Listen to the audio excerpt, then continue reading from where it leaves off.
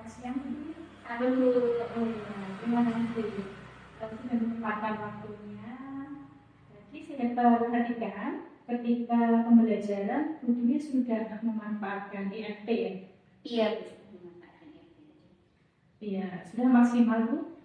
Belum, karena anak-anak itu ya hanya melihat saya presentasi dulu.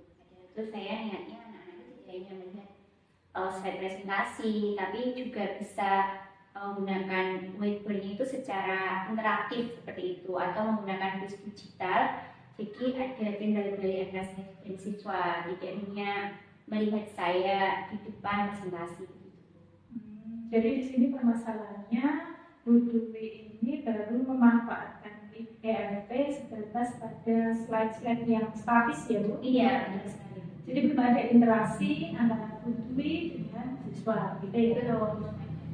Ini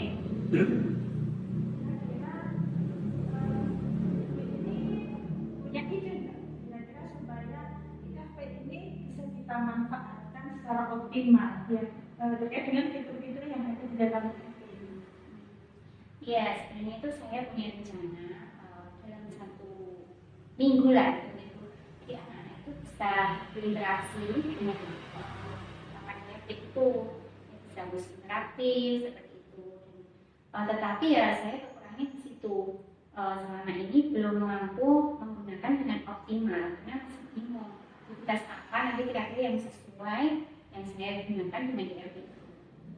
Baik. Jika kita berskor butuh ini ya antara 1 sampai dengan 10, kira-kira posisi butuh ini ketika memanfaatkan IFP ini ada pada angka berapa Bu? Di angka 5. Jadi saya itu sudah bisa untuk menyalakan IFP, bisa membuka file, bisa. Tetapi di saat saya itu membagikan layar kepada siswa, biar siswa itu turut menggunakan IFP itu saya masih bingung. Jadi masih sekedar membuka file, menyalakan. Nah, tetapi untuk membagi dengan siswa itu saya takut nanti jangan-jangan IFP-nya nge-freeze atau gimana. Jadi itu hambatan ketika butuh menggunakan IFP dalam pembelajaran. Iya. Nah, mungkin dilihat dari hambatan tadi ya Bu, mungkin ada solusi yang mungkin Ibu sudah punya gambaran lah ini begini solusinya gitu. Saya lihat itu di kelas belajar itu sudah bisa menggunakan IFP itu dengan baik gitu. Nah, saya itu ingin belajar dengan beliau, berkolaborasi bagaimana sih menggunakan IFP biar maksimal di kelas.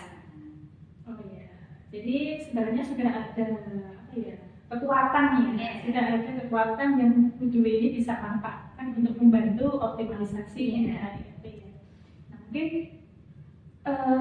mungkin ada rekan sejawat dari sekolah kita ini yang bisa butuh mintai tolong untuk menularkan.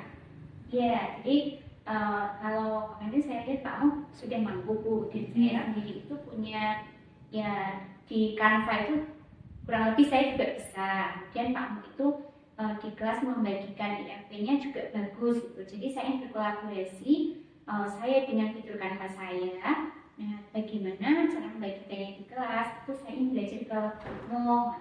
Jadi beliau yang saya rasa itu bisa membantu saya. Iya.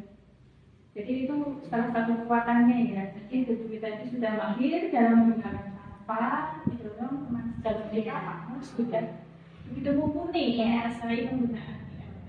Nah, mungkin rencana ke depannya Ibu ya akan seperti apa?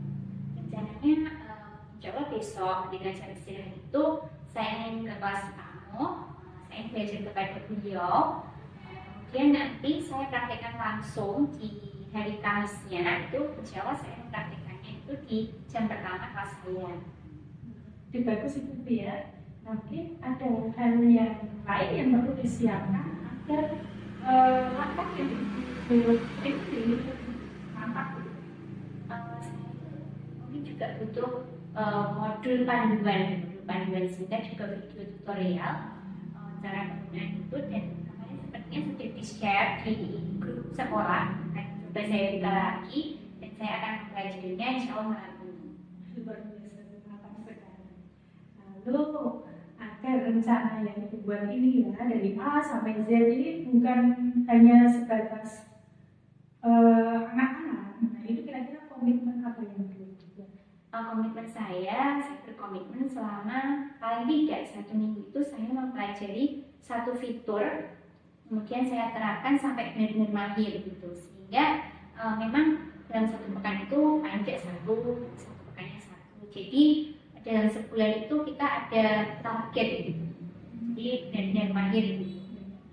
Lalu dari sekian teman kita di sekolah kita ini, mungkin yang ingin Ibu minta tolong untuk segera sebagai pengingat lah ya, supaya komitmen yang Ibu buat tadi bisa berjalan lancar. Itu kira-kira siapa?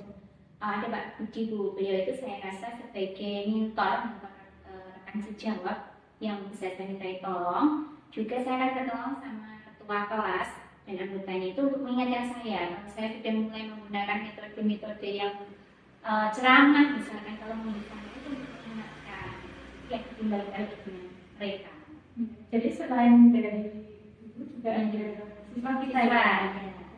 Ibu, saya saran dulu, saya tunggu cerita sukses berikutnya di hari Kamis ya Ibu. Saya rasa cukup sekian ya diskusi kita. Semoga ini membawa manfaat untuk kompetensi Ibu terkait dengan pemanfaatan IMP dan khususnya membawa dampak yang luar biasa pada anak. Baik Ibu, terima kasih atas waktunya. Selamat untuk melanjutkan aktivitas kembali. Ya, terima kasih Bu. Ya.